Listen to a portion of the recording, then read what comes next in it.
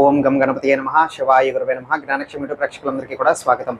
మీ యొక్క ఆర్థిక పరిస్థితి, మీ యొక్క ధన రాబడి అనేటువంటిది, ఆ యొక్క ఫ్లో అనేటువంటిది చక్కగా ఉండాలి. రావాల్సినటువంటి రాలేకపోవటం, అడ్డులు ఆటంకాలన్నీ కూడా తొలగిపోయి మీకు చక్కటి ధన ఐశ్వర్యం అనేటువంటిది మీకు ఏర్పడాలి. ఆ ఫ్లో అనేటువంటిది బాగుండాలి, వృధా ఖర్చులు తగ్గిపోవాలి అని అనుకుంటే గనక ఏదైనా సరే ఒక శుక్రవారం నాడు సూర్యాస్తమయము అయిపోయిన తర్వాత, అంటే సాయంత్రం 6:30 నుంచి 8 మధ్యలో ఈ యొక్క ప్రక్రియ చేయొచ్చు.